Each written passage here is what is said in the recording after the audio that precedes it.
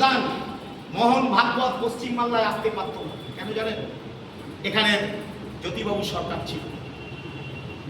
জ্যোতিবাবু সরকার যতদিন ছিল, বুদ্ধবাবু যতদিন ছিল, ওই মোহন ভাগবত আরএসএস এর প্রধান, যারা ধর্ম নিয়ে রাজনীতি করে, যারা সাম্প্রদায়িকতার জন্ম দিয়েছে ভারতবর্ষে, তারা কোনোদিন পশ্চিমবাংলায় আসতো না। কেন?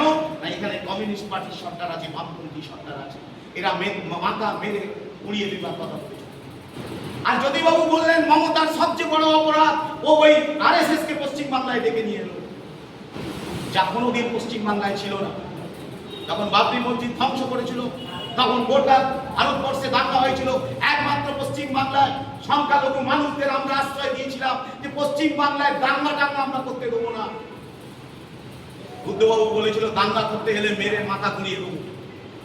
আর আজকে পশ্চিমবাংলায় মমতার সময় দাঙ্গা হয় কেন?